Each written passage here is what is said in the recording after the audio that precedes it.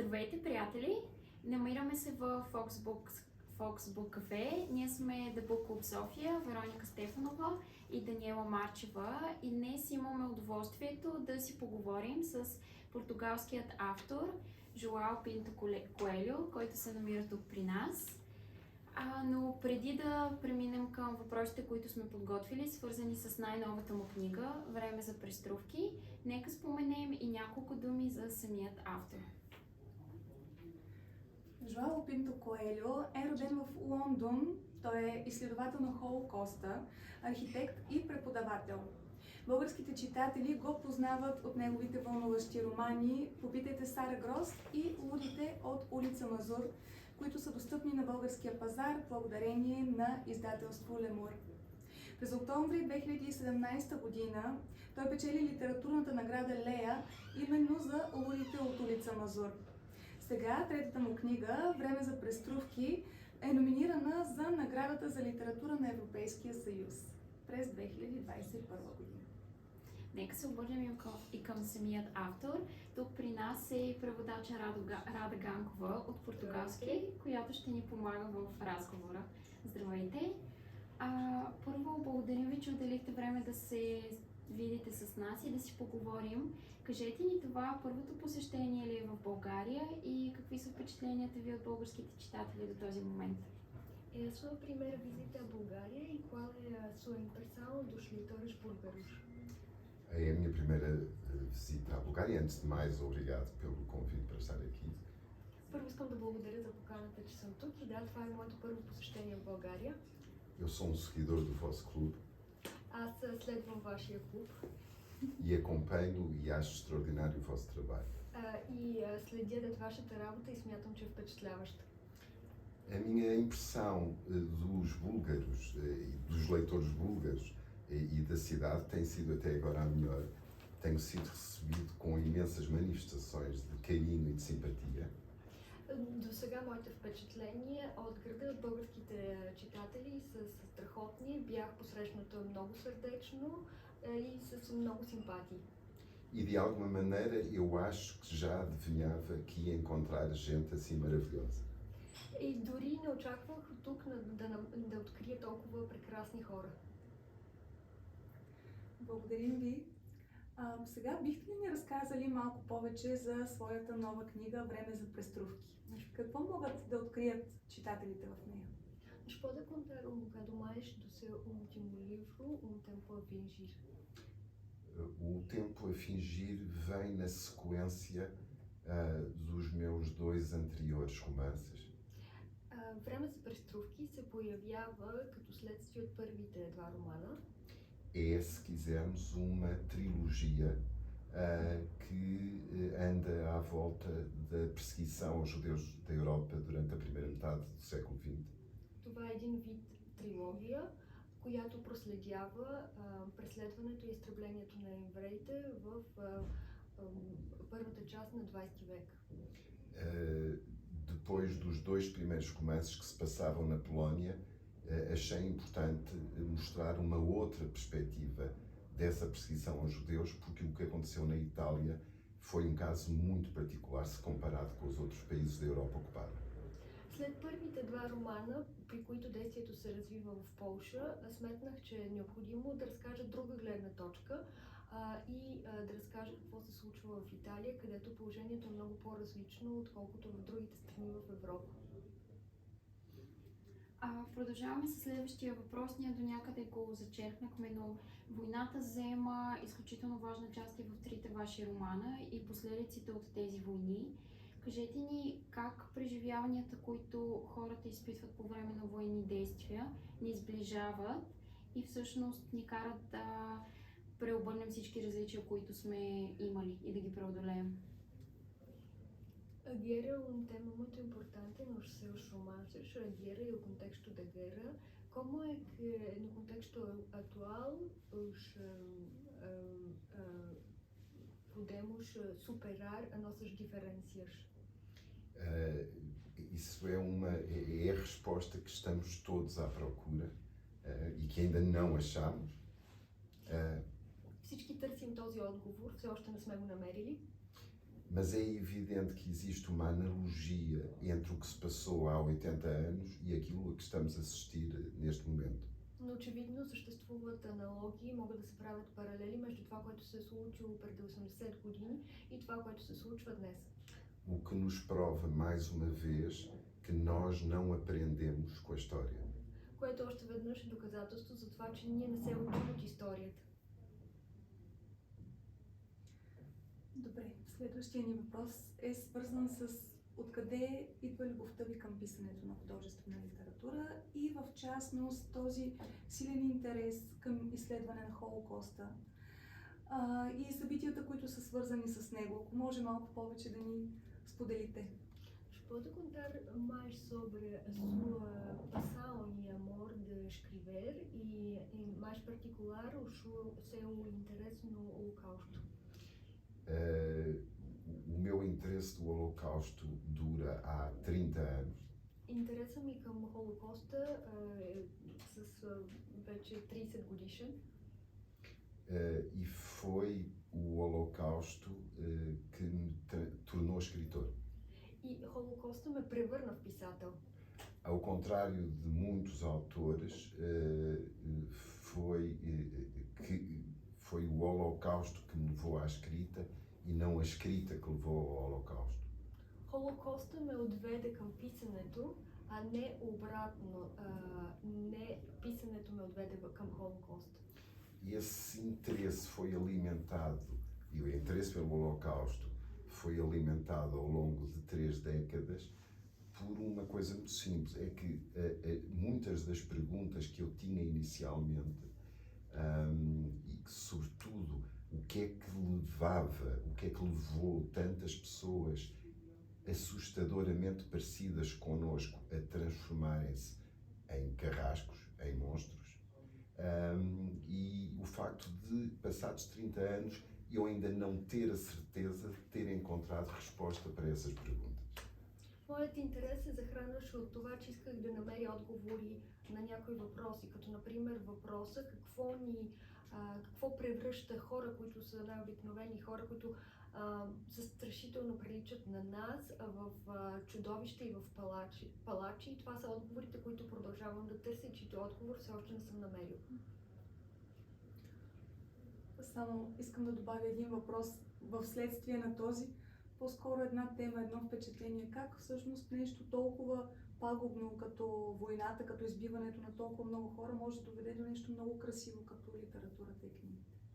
Uma pergunta adicional, como é que uma coisa tão assustadora como o extermínio pode levar a uma coisa tão linda como é a literatura? Foi uma das grandes dificuldades, foi transpor as palavras dos vários sobreviventes com quem eu falei em escrita e em escrita de ficção. Това беше една от големите трудности, как да превърна думите на оцелели, които бях чувал, в писмо и по-конкретно в фикция, в художествен текст. Do ponto de vista literário, descrever sofrimento que eu não conheço, nem posso conhecer, que é o sofrimento extremo, o sofrimento em Auschwitz, é desafiante. От литературна гледна точка е голямо предизвикателство да се опише едно страдание, което е екстремно и което аз не съм преживял.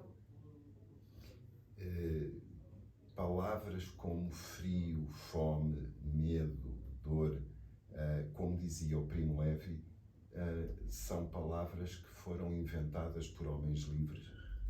Думи като студ, глад, са и думи, както казва Примо Леви, които са измислени от свободни хора. E segundo Primo Levi, em Auschwitz, elas significam coisas completamente diferentes. И пак според Примо Леви, в Аушвиц тези думи имат съвсем различно значение. Seria preciso inventar então uma nova linguagem para falar sobre o Holocausto. Ето защо трябва да създадем, да измислим нов език, за да говорим за Холокоста. Eu não inventei uma nova linguagem, mas não resisti a contar o que se passou, e isso literariamente é fascinante, sobretudo para alguém como eu, que durante tantos anos alimentou o interesse sobre o Holocausto, muito antes de pensar que alguma vez iria escrever sobre ele. Много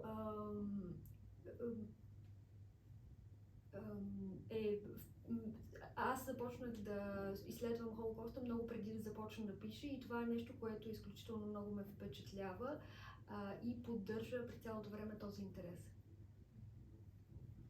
Добре, искаме да ви попитаме, ако се върнем към най-новата ви книга "Време за преструвки", главната героиня Анина, тя е една дръзка, смела жена, бунтар. Въпреки всички трудности, които е преживяла, кога миналото ни и болките от миналото ни могат да служат като източник на сила и двигател, и кога всъщност биха били пагубни за нас? Voltamos a tempo a fingir.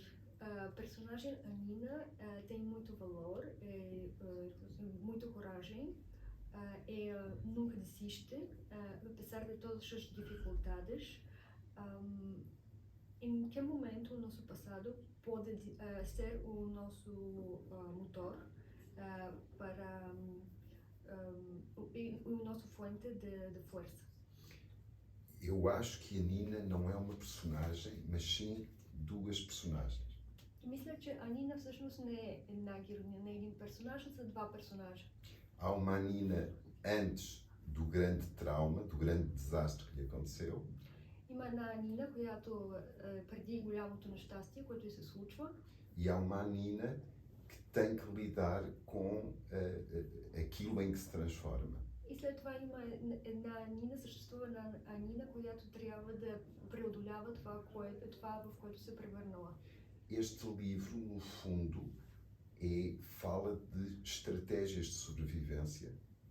Тази книга говори за стратегии за оцеляване. E das mudanças profundas a que nós nos sujeitamos pelas circunstâncias. И за дълбоките трансформации, които ние преживяваме заради обстоятелствата около нас. E no fundo, é sobre isso que eu falo nos três romances. И в основата си това е темата и това е за което говоря в трите си романа. O poder transformativo das circunstâncias, a forma como se transforma a Nina numa pessoa muito diferente, ou até a forma como, quando eu falo dos perpetradores do Holocausto, como é que se transformam pessoas parecidas connosco em monstros. И това е преобразяващата сила, за която говоря в романите, в случая на Анина, или как хора могат да се превърнат в чудовища.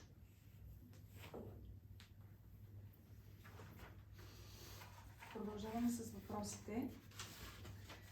Следващият ми въпрос е за тези, които все още не са чели книгата, а може би се чудят защо всички имаме червени акценти, а Рада е дори цялата облечена в червено. Ще подскажете ли малко символиката на този цвят в книгата? Talvez os leitores não sabem, ainda não tenham lido o livro e não sabem porque todos temos detalhe vermelho. Rada está em vestido vermelho. Nos pode dizer alguma coisa do símbolo da cor vermelha?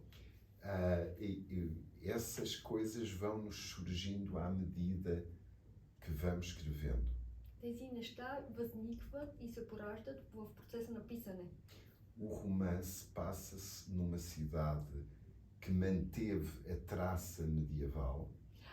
Действието се развива в един град, който е запазил своят средновековен облик.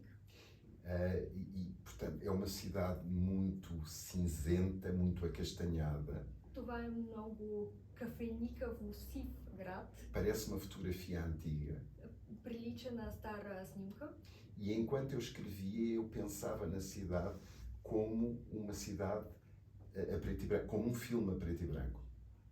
И когато описвах този град, си им представях града като черно-бял филм. E eu idealizei a Nina como uma gota de sangue no meio dessa fotografia a preto e branco, a correr livremente pelas ruas de Pitigliano. И си представиха Нина като червена капка кръв, която се движи по улиците на една черно-бяла снимка, каквато е градчето Питиляно. O sangue como imagem de sofrimento, Кръвта като символ на страданието, mas também de sedução, но също на съблазанта, ou seja, a Nina. което всъщност е Анина. Добре, и последният ни въпрос за финал. Какво бихте казали на хората, които за първи път ще се срещнат с вашето творчество? За кого е предназначена тази книга и въобще всичките ви книги? E a última pergunta, que pode dizer aos leitores que ainda não leram os seus romances, Tempo a Fingir, para quem é? Eu acho que os livros são sempre universais, se dirigem a toda a gente, é esse o poder mágico da literatura. Мисля, че книгите са винаги универсални. Това е магическата сила на литературата. Os meus livros se falam sobretudo, eu diria que a personagem principal dos meus livros não é a Nina, não é a Sara Gross, nem é o Livreiro Cego. Главният герой в моите романи не е нито Анина, нито Сара Грос, нито Слепия книжар. A personagem principal dos meus romances é o mal.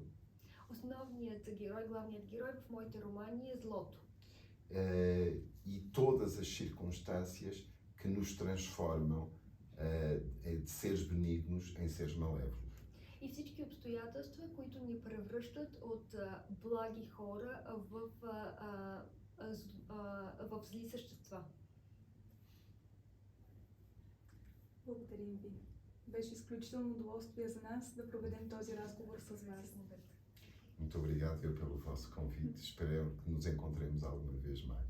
И аз много благодаря за поканата и се надявам да се срещнем отново. Ние също благодарим ви. Благодарим на Fox Book Cafe, на Рада Ганкова за прекрасния превод и разбира се на издателство Лемур, че ни предоставиха тази възможност.